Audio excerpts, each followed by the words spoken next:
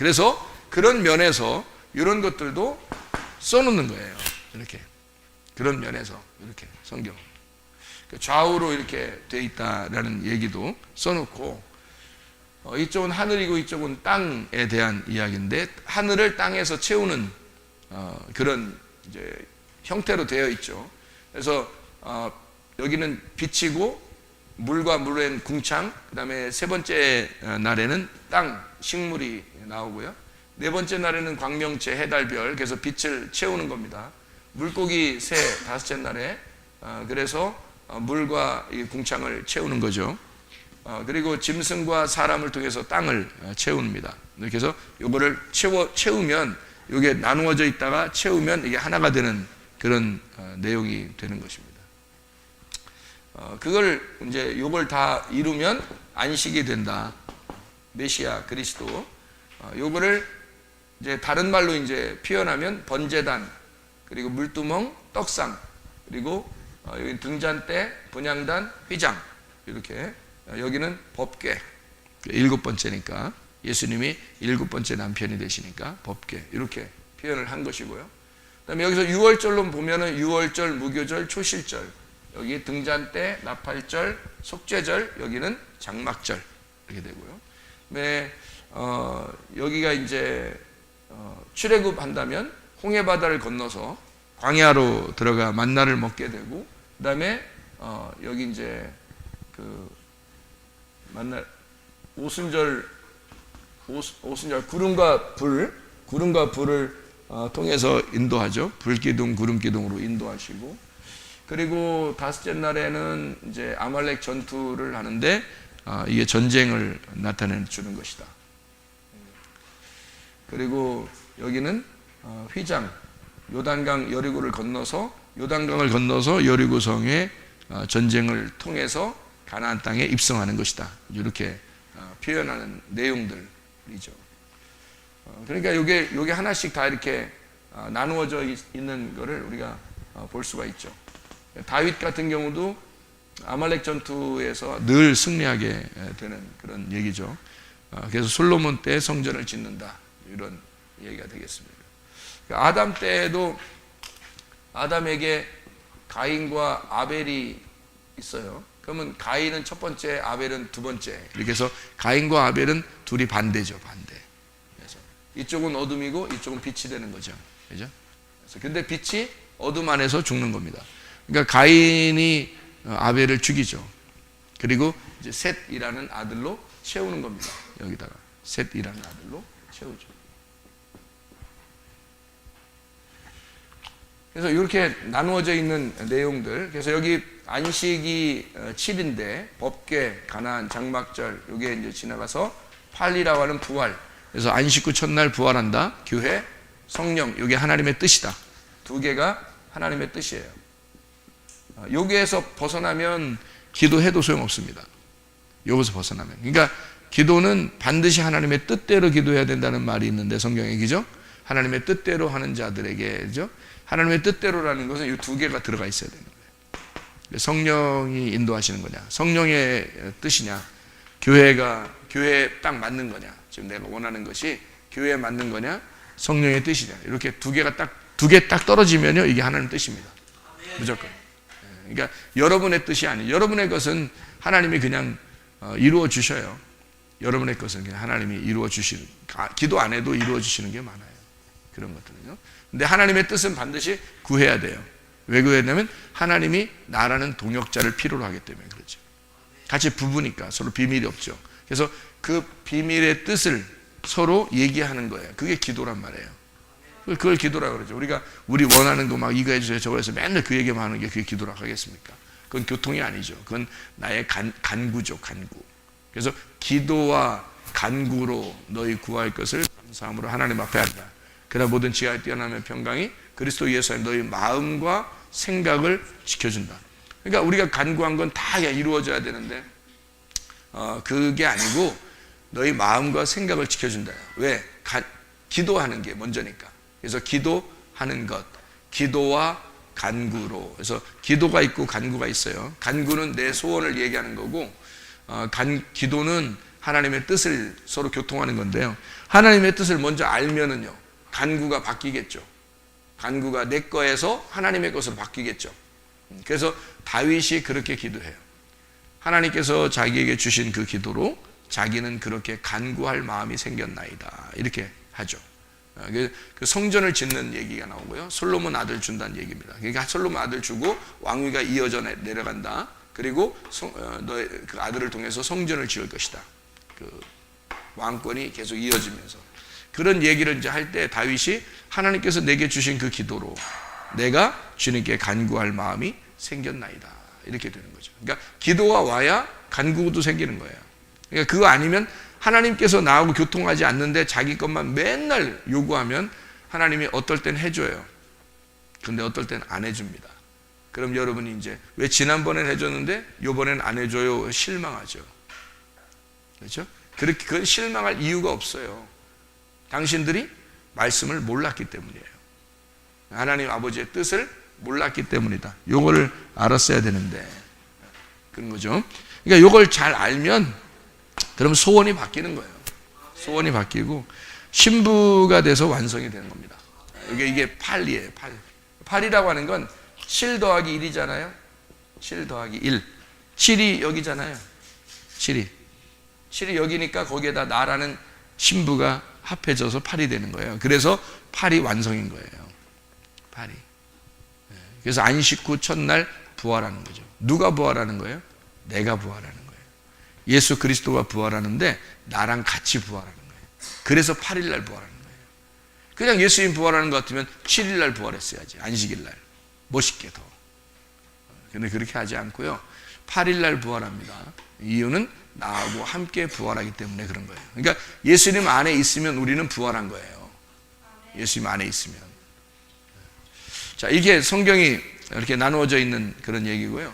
제가 이제 또 한번 설명을 한번 해보려고 생각하는 게 여기에서 한번 생각을 한번 해보죠.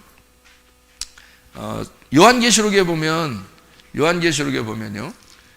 그 2장 3장에 보면 교회가 몇 개가 나와요? 7개 교회가 나와요. 여기 에베소 교회가 나오죠. 에베소 교회. 그리고 또 두 번째는 무슨 교회가 나오죠? 서모나 교회가 나와요. 어머나 아닙니다. 예, 서모나예요. 어머나 아니에요. 서모나 교회. 그 다음에 세 번째 교회는 버가모 교회. 그리고 네 번째 교회는요? 예? 두아디라. 그리고 다섯 번째 교회는 사대교회. 여섯 번째는 빌라델피아 교회. 일곱 번째는요? 라오디게아 교회입니다. 어떤 사람들은 라오디게아 교회를 굉장히 안 좋게 생각하고 그렇게 하는 경우가 있어요. 왜냐하면 이걸 시대별로 보기 때문에 그렇습니다. 사람들이요. 시대별로 나눠서 보니까 옛날 처음에는 에베소 교회 시대, 두 번째는 서모나 교회 시대, 세 번째는 보가모 교회 시대, 네 번째는 두아디아 교회 시대, 다섯 번째는 사대 교회 시대, 그리고 여섯 번째는 빌라델피아 교회 시대. 그러니까 라오디게아 교회는 시대는 마지막 때 종말. 그래서 빌라델피아 교회 시대가 자기들이다. 이렇게 얘기하는, 이제 말하기 좋죠. 종말이 오기 전에 자기들 교회, 빌라델피아 교회다. 그래서 교회 이름도 빌라델피아 교회도 있어요. 어쨌든 그렇게 빌라델피아 교회를, 필라델피아라는 건 무슨 의미인가요? 이게 단어가? 예, 필레오라는 말하고 아델포스라는 필레오라는 말하고 아델포스라는 의미의 단어거든요. 이게 그러니까 아델포스가 형제예요.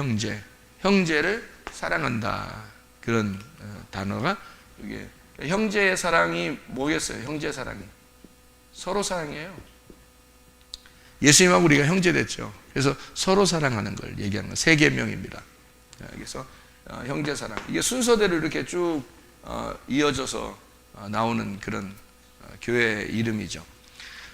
그런가 하면은 성경의 그 요한복음을 여러분이 아시면요, 보시면 요한복음을 보시면 요한복음에 예수님이요 1장에 보면 예수님이 요한복음의 1장에 출생하십니다. 출생. 예수님 출생이에요. 그리고 요한복음 1장에 보면은 예수님이 뭐 하시나요? 출생하시고 바로 사역을 시작하는데 뭐가 출생하는가 하면 요한복음 1장 18절을 보면요. 요한복음 1장 18절. 1장 18절을 보면 뭐라고 되어 있냐면 예수님이요. 요한복음 1장 18절에 본래 하나님을 본 사람이 없으되 아버지 품속에 있는 독생하신 하나님이 나타나셨다. 독생하신 하나님이 나타나셨다 이랬거든요. 독생자라고 하는 게 하나를 알려주러 내려오신, 하나를 보여주는 그런 아들이 내려오셨다 그러거든요. 그렇게 하나를 알려주는 분이 내려오셨다, 나타나셨다, 출생인데요. 뭐가 나타나셨다? 요한복음 1장을 쭉 보면 요한복음 1장 1절에 태초에 누가 계시더라 뭐 이런 얘기가 있죠. 근데 그게 이제 나오는 거죠. 요한복음 1장 14절에 보면 말씀이 육신이 됐다 그러고, 요한복음 1장 12절에 보면 영접하는 자 곧 그 이름을 믿는 자들에게는 영생을 주셨다 뭐 이런 얘기도 있습니다. 이게 요한복음 1장의 출생이 뭐가 출생하냐면 말씀이 출생합니다. 그죠? 말씀이 출생을 해요. 또 요한복음 1장에 또 이어서 이렇게 보면은 예수님이 뭐가 이제 요한에게 침례를 받으러 오셔요. 그죠? 침례를 받으러 요한이 뭐라 그러면 요한복음 1장 29절에 뭐라고 되어 하냐면 하나님의 어린 양이로다 이렇게 얘기해요. 그러니까 침례를 받아요. 침례를 받고 어린 양으로서 침례를 받는다 이렇게 나와 있는 말씀이거든요. 예수님이 어린 양, 하나님의 어린 양으로서 침례를 받아요.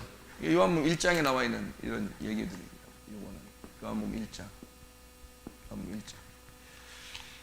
그런가 하면은 요한복음에 보면 요한복음 6장에 보면 뭐가 나오나요? 요한복음 6장에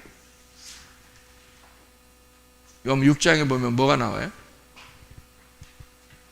예, 만나 생명의 떡에 대한 얘기가 나오죠. 그러니까 보리떡 5개하고 물고기 2마리를 갖다가 얘기하는데 보리떡 5개, 물고기 2마리라고 하는 건 보리떡 5개를 2개로 설명하는 것이다 라고 했죠. 그죠? 그래서 10계명이 5개로 나누어져 있는데 반쪽과 반쪽으로 해서 2개로 이렇게 양쪽 2개로 나누어서 설명하는 것이다 라는 얘기를 했어요. 그 보리떡 5개가 그러니까 말씀인 거죠.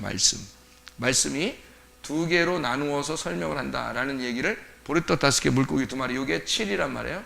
이게 예수님을 설명하는 거죠. 그래서 요한복음 6장에는 보리떡, 이게 만나를 얘기하는 거죠. 그러니까 구약의 만나는 그림자였고 실제로는 예수님이 보리떡으로 오셔서 이 땅에 보리떡이 여러분 그 거칠거칠해요? 아니면 부드러워요? 거칠습니다. 거치는데 왜 이걸 갖다가 먹이면서 이건 생명의 떡이야, 뭐 맛있지, 뭐 왜 이렇게 했어요? 보리떡 주면서 좀 맛있는 거 좀 이왕 좀 늘리려면 이렇게 뭐 좀 멋있게 좀 이렇게 늘려서 주려면 좀 맛있는 걸 골라서 이렇게 주면 안 되나요? 왜 거칠거칠한 거를 주셨겠어요? 왜 거칠거칠한 걸? 맛 없으니까 그런 거예요. 맛 없으니까. 예수님이 맛 있는 분이에요? 맛 없는 분이에요? 맛 없는 분이라 그런 거예요. 예수님은 맛 없이 오신 거예요. 맛 없이 오신 분이에요. 그러니까 보리는 왜 이런 게 있잖아요. 보리가 이렇게 나올 때 뭐 밟기 그러는데요. 뭐 쌀 밟기는 못 들어봤어요, 제가. 쌀 밟기, 밀 밟기 이런 건 못 들어봤는데 뭐 밟기 하면 이게 있어요. 뭐 밟아요? 보리 밟기 이런 얘기가 있어요. 그래서 보리를 밟아준다 뭐 이런 얘기 있죠. 그죠? 예, 밟혀 오신 분이에요. 이 땅에 밟히러. 그게 보리떡이에요. 그러니까 주님은 처음부터 자기가 핍박을 통해서 고난을 통해서 부활하신다는 것을 의미하기 위해서 보리로 보리추수를 얘기하는 거죠. 맥추. 그래서 보리추수 이렇게 하는 거예요. 맥추입니다. 그러니까 만나라고 하는 이렇게 보리떡 5개를 설명해 주는 그런 예수님이죠. 요한복음 6장에 나와 있는 그런 얘기입니다. 그런가 하면은 요한복음 이렇게 이렇게 특징적으로 이렇게 딱 보면요, 요한복음 9장에 보면 뭐가 나오죠? 실로암 묵가에서 소경이 눈을 떠요. 그러니까 빛을 보게 된다는 거죠. 이게 실로암이죠. 그래서 소경이 눈을 뜨는 것이 요한복음 9장에 나와 있는 그런 내용이거든요. 또 요한복음 14장에 보면요, 요한복음 14장부터 17장까지 보면 뭐가 나오냐면 예수님의 그 기도, 예수님이 말씀을 증거하면서 기도하는 게 나와요.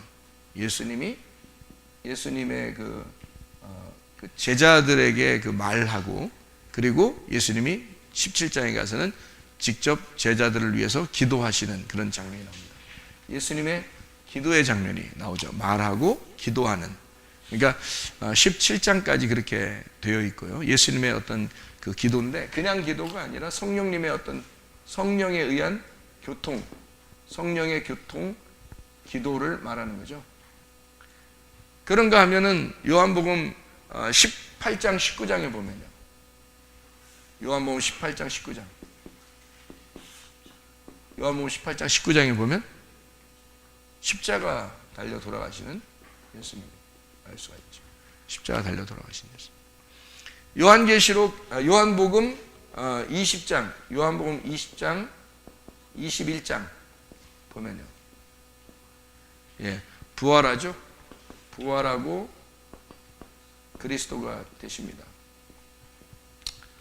이렇게 요한복음을 이렇게 쭉 내용적으로 이렇게 하나씩 중요한 부분들을 딱 중간중간 이렇게 끼워 넣음으로써 요한복음을 요한계시록을 쓴